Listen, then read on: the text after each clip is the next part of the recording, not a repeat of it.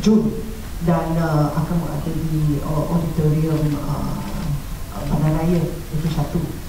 Nama satu yang besar lagi iaitu Orkestra Tradisional Malaysia, penglibatan Istana Budaya ya, yang satu organisasi lagi, iaitu mereka akan terlibat dalam forum Festival Orkestra ni sebab untuk berkongsi ilmu dan pengalaman dalam pengurusan orkestra industri. Sekarang ni we can also announce ya, pada 10 hari bulan Jun nanti Datuk Bandar akan menandatangani memorandum kerjasama dengan MPO dan bersama Istana Budaya. So yang itu pada kerjasama industri orkestra ya. So itu kita bermula dengan orkestra profesional dahulu, kemudian nanti kami jemput lah orkestra yang lain. Bos, saya ambil kesempatan ni sekarang juga saya nak kenalkan rakan-rakan orkestra ni.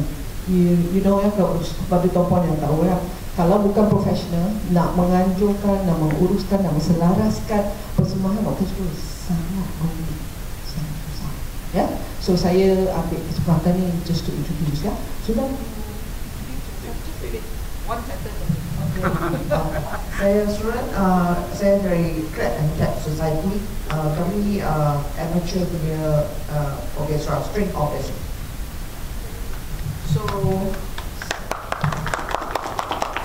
ini sekaligus boleh jawab soalan Cik Azmi yang pertama. Pada orkestra ni, pada persembahan mereka pada 31 Mei, ada 2 orang artis dari Croatia yang akan terlibat dalam orkestra tersebut, persembahan tersebut. So mereka string orkestra, lepas tu artis antarabangsa datang, lepas tu nak ni nak tu galah OKL bergabung dengan Clap and Tap Orchestra. Maksudnya Clap and Tap Orchestra dari situ telah mendapat satu pengalaman harap ya, and then sokongan dari BDKL dari segi technical support dan sebagainya. So saya harap itu kita punya contribution ya. Kemudian next Cik Megat. Okey, Assalamualaikum. Saya Megat Azmi, mewakili Selangor Philharmonic Orchestra. So kita akan membuat persembahan dengan Selangor Philharmonic Youth Orchestra dan Selangor Philharmonic Wind Orchestra, dan itu juga ada gabungan dengan kedua-duanya di Dewan Philharmonic Petronas pada 29 Jun. Terima kasih.